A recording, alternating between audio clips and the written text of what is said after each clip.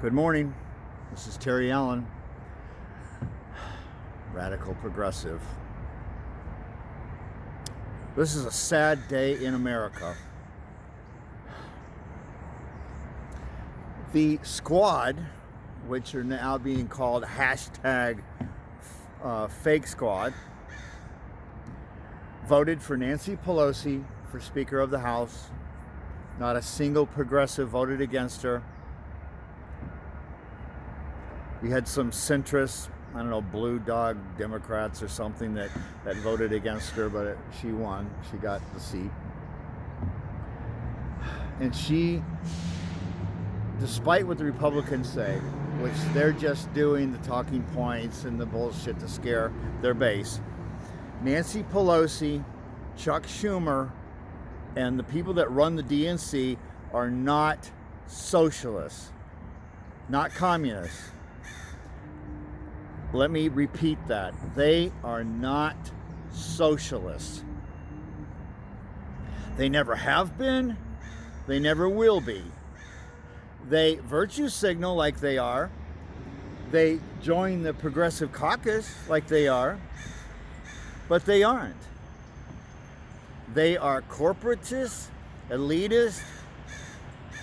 They give tongue baths to the 1% and their donor class. And that is what it's all about.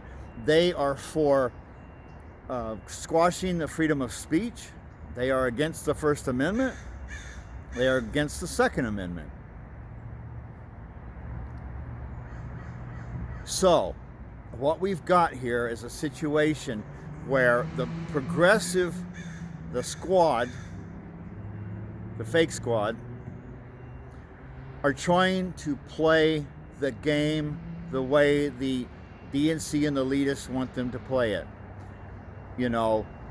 Bide your time, just hang in there and get some education about the way the system works, the way politics works, and that eventually we'll get you what you want. That is a lie. It is a scam, and they are buying into it, and they are believing Nancy Pelosi, one of the biggest liars there are. This is unbelievable. This is unbelievable. Medicare for all in the middle of a deadly pandemic. We have 300,000 Americans dead because of it. And they want to posture and play the game and worry about their careers and try to fit in and maybe get a committee seat. It's not going to happen. I've noticed something really interesting. Jimmy Dore is ranting. He is pissed. And it's so funny because he reminds me of Alex Jones. And everybody complains, oh, Alex Jones is crazy, he rants. He's pissed. He's been pissed for a long time. He's seen all this shit coming. I was in the LaRouche organization in the 80s and the 90s. And we dealt with the Democratic Party back then. The Democratic Party was a bunch of elitists back then. They tried to destroy Lyndon LaRouche and his party, his group. He was running the Democratic Party. They did everything they could. They called him a neo-Nazi. They called him an anti-Semite. They played all the stupid games that they play now to shut someone up, to cancel them. So keep ranting, Jimmy, because we are all pissed. Like they said, he's saying the things that we are feeling out here. And it's a sad day in America, because what in the F is wrong with these idiots that think they can play Nancy Pelosi and the Democratic Party, the DNC's game? They won't fit in. They are getting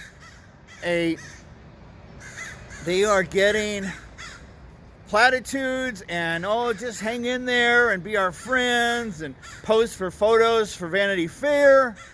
What an outrage.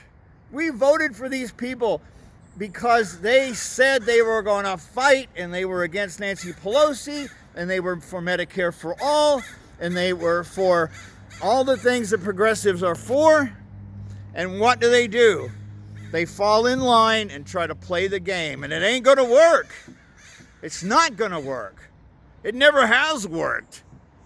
If you want something, let's go back and watch some of AOC's videos. She is saying you can't work in the system. You have to make people uncomfortable if you want to get something out of them. She said all the things that were true. And now she's going back on her word. And then she gets pissed off when we hold her feet to the fire. Let me explain something. And I've said it before. I was voted into the Democratic Party Central Committee in Los Angeles County, which is it's the bottom of the Democratic Party. It's where citizens can get involved. And here is the game. This is the way the game works. Is that if you don't go along with the leadership and what they want and what they stand for, you will be ostracized, you will be marginalized, you will be silenced. So you can play all the games you want. You can suck up to them. That's what you have to do, is you have to compromise your morals and your policy beliefs, and you have to sacrifice everything you stand for if you want to fit in. And that's the way it works, AOC and Ilhan Omar and all of you so-called progressives. So you guys are really fake progressives. You have caved into Nancy Pelosi. You have caved into the elitists. They're telling you, well, just buy your time. Look, we are in the middle of a deadly pandemic, and they can't even bring Medicare for all to the floor for a vote? Who cares if it wins? You're bringing it to the floor for a vote. Let's see who is for it really, and let's see who really is against it. But they play these games. It's like a bad theater. It's all political posturing and positioning, and Nancy Pelosi didn't give a shit about the American population. Since August 1st, she held up the stimulus packages for the American people. They held it up for 3 months. They held it up, actually since March. They held up any other stimulus packages because they did not want Donald Trump to get the credit for it by having his name on a check. Now, what the hell is that? That is called political game playing. It's positioning. They only worried about, we have to get elected. That's why they even brought the $2,000 stimulus per adult in this country, was because they thought it might help them win the election in Georgia. The Republicans are doing the same. They aren't for this. They think it's going to help them win the election. And then Mitch McConnell gets in there and says, well, we can't do this because it's going to add $500 billion to the deficit. This is an outrage. And everybody says, how are we going to pay for it? Let me explain something about how economics works, okay? The deficit is a device that is used by the central banks, by the Federal Reserve, to keep certain policies and certain projects from being implemented. Now, if they want to go to war and destroy countries that go against what we want, if we want oil and you got like Iran and Syria that stand up to the American empire, Saddam Hussein, I'm not saying these people are good, but they are standing up against the empire. So the enemy of my enemy is my friend?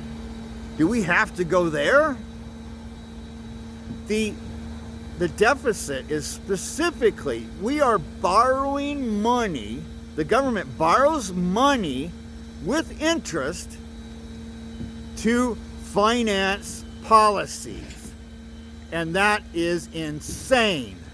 It is proven that if the government, they used to call it printing money. We don't print money anymore. Well, some, but only to fill ATM machines, AT machines. The federal government, and Alexander Hamilton proved this, is that the federal government can issue credit and money if we are spending it on infrastructure and policies for the betterment of the working class and the poor, and giving money to the states so that they can finance the things that they need to finance by what's called an upkey. If I at the Treasury have a computer and I go into, say, California's bank account and I type in $5 billion, 5,000,000,000, and however many zeros it takes, that is an investment. It's an investment. And we don't need to have deficits. It's a scam. It's a crushing stranglehold on the American population to keep us from doing the things that we want so that the banks get richer and they can finance their wars, which is what they are. The American people aren't for these wars. They don't do the American people any good. It's not for patriotism. It's not for protecting our freedoms. That is bullshit. We are creating more terrorists than we are defeating, that we are killing. Because every time you kill a father or an uncle or a mother or a sister, that whole family is radicalized. That's how it works. Every movie that comes out of Hollywood, what is the theme? Vigilantism. Somebody destroys somebody's family. What do? They come out with guns blazing. That's the way it works. But these people know that's the way it works because it's unending war. And who benefits from unending war? Not the American people, not the soldiers on the front lines that are getting killed. The banks and the oil companies. That's who benefits from endless war, and the military-industrial complex like Raytheon and Boeing and General Electric and Lockheed. These are the companies that benefit from unending war. And that's the game that's being played. And they never ask, how are we going to pay for wars? And then when the banks commit fraud, criminal operations to defraud the American people and to steal their houses and make billions of dollars and walk away. This was a criminal operation in the 2000s when George Bush was in office. They canceled Glass-Steagall in 1999. That was under Bill Clinton, by the way. And it created a condition which caused the Great Depression. It allowed the financial houses to gamble with the business loans and the home loans and the productive sector of this country. And they did what they did because they knew the results. They would make billions of dollars, and then when they would be in trouble, they would come to the Congress and they would get their bailout. And nobody said, not one person said, how are we going to pay for this, except maybe Bernie Sanders. That was what the Founding Fathers were all about. They were against the British-style East India Company free trade capitalism that was destroying the colonies and the businesses that were starting in the colonies. And that's why we had a revolution. And that's why we picked up arms. Now, I am going to have a segment where I am going to read to you the Declaration of Independence, and then I am going to read to you the preamble of the Constitution and some of the amendments. Because right now, what's going on in this country is worse than what King George was doing to the colonies that caused the colonists and George Washington to rise up with weapons and to take the country and create the United States. So now, when we demand revolution, we are considered terrorists and we are considered socialists and communists, and we're going to take over, oh my God, and there's going to be people killed in the streets and all this. Give me an effing break. We need a stimulus package. We need protection for the unemployed so that they can pay their rents. You know how the unemployed have been surviving? They have not been paying their rents. So they have enough money to buy food and gas for their cars and maybe get their brakes fixed if they need it. That's what's happening. But these rents and these mortgage payments are not going away. The moratorium is only to keep people from being evicted and foreclosed on. But let me tell you, the Congress is going to lift the moratorium because they are for the banks. And they want the banks to get their money. And guess what? When the renters can't pay their rent and they owe $5,000, $6,000, $7,000 now, maybe more, 10 for all the back rent and the interest and the penalties, they are going to be evicted. And what's going to happen with the mortgage payers, the homeowners, when they can't pay their mortgage? Let me tell you, because I had a home and I couldn't pay my mortgage because of the 2009 crash. What do? They take your home and they resell it. That's what they do. Because they've already got all their money from you. It's almost all interest. And then they start all over again. It's a scam. We are being effed. We are being screwed by the 1% in their game. Don't you see it? It's crystal clear now. We are being effed by the federal government. And that is a reality. And that is what is going to cause this country to rise up and overthrow the tyranny. And that's what we are under, a tyranny. That's it. And they're trying to turn it into Republicans against Democrats, against American patriots, and socialists and communists. That's the game they're playing. They're pitting us against each other. It's a diversion. We need to look at the true enemy, which is the 1% and the bankers. Remember when we had Occupy Wall Street? They had it down. They knew what was going on. They had figured it out. And what did the government do? It squashed it. They threw them out one by one. That's the game. And we're in a bad theater play. We are pawns on a chessboard. And American people better wake up soon, because you're going to have millions of homeless people in the streets. Millions. And the government doesn't give a shit about you. They don't give an F about you. They're only worried about their banker friends and the 1%. And it got to be crystal clear now. It must be crystal clear now, everyone. Don't you see the game?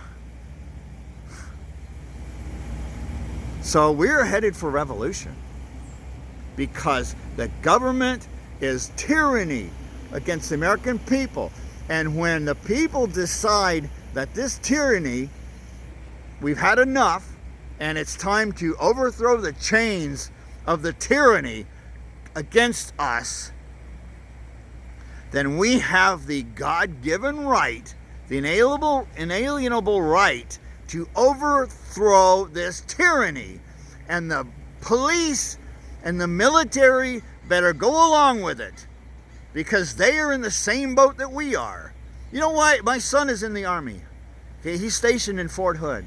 And he said, Dad, a bunch of the people here, a bunch of the soldiers are here because they couldn't get jobs. They had no choice. So that's what you got. That's our military. In Fort Hood, they had a prostitution ring going on there with the women in the towns around the base. Unbelievable. And if you are a whistleblower, they go after you. They don't go after the war criminals, the people who are actually committing war crimes. They go after the people, the journalists that expose the war crimes. So the war criminals go free, and the journalists are in jail. The whistleblowers go to jail. Don't you see what's going on? We are under an oligarchy. We are in a tyranny. We are being systematically destroyed. And we better rise up before it's too late, because they're coming for our guns and they're going to start taking them away. And why are they going to do that? Because they want control. Look at these corporations, these huge corporations like Amazon and Walmart. They are making a fortune under COVID. This could go on indefinitely. We don't know.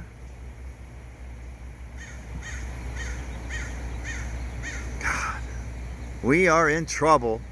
We are in serious trouble. And if you think the progressives, the squad, are going to help you, they are sucking up to Nancy Pelosi and the elitists and the DNC, which are not your friends, and being nice to them is not going to get you anything except backstabbing and lies.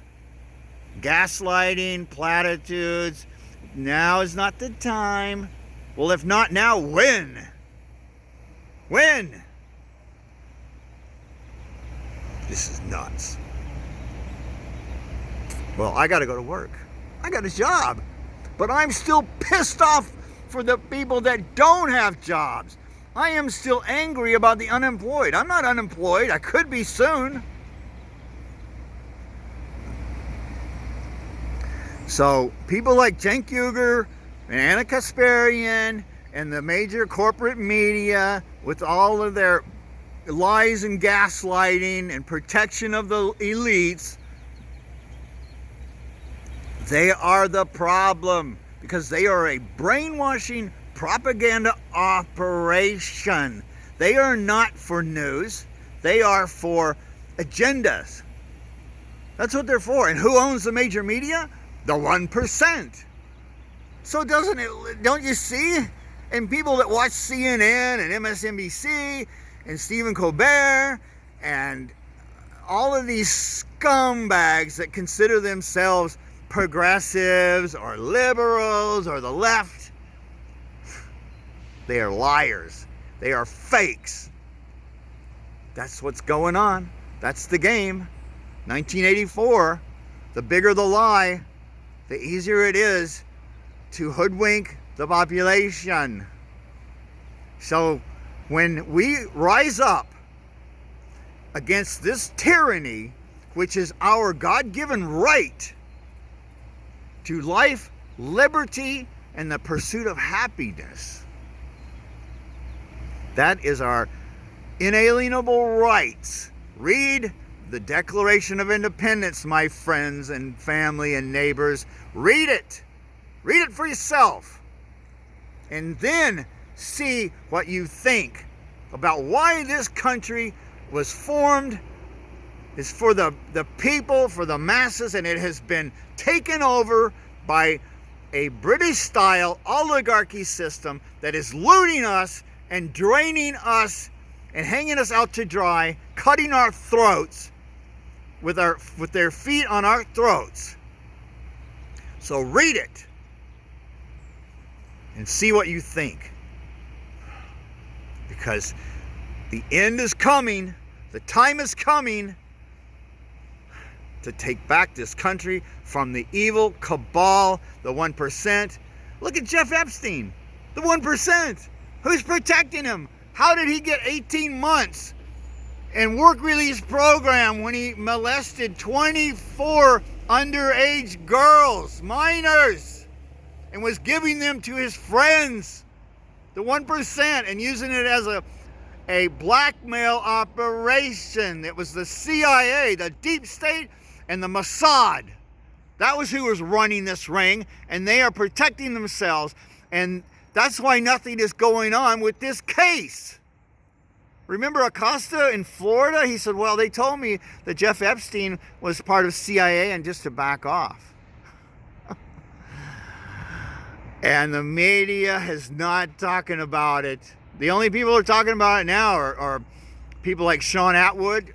Go to Sean Atwood's website and his podcast, because he has guests on all the time that will explain to you exactly what's going on. And David Icke and Crystal and Saagar on The Rising. We are in serious trouble, my friends. Wake up, read the Declaration of Independence, and then come back to me and give me some bullshit about how we have to play the game and keep our nose to the grindstone and just keep our heads down. We are being effed in a major way. So you people that think that capitalism is a great thing, and I'm saying it's unbridled free trade, unregulated capitalism, that's our enemy. Capitalism works with social programs. That's what you've got in Europe. That's the way it works, my friends. So I got to go. Take care. Let's see what happens tomorrow. This is Terry Allen, Radical Progressive. Let's kick some ass. Let's kick some Congress ass. Start standing up to these scumbags before it's too late. All right. Take care.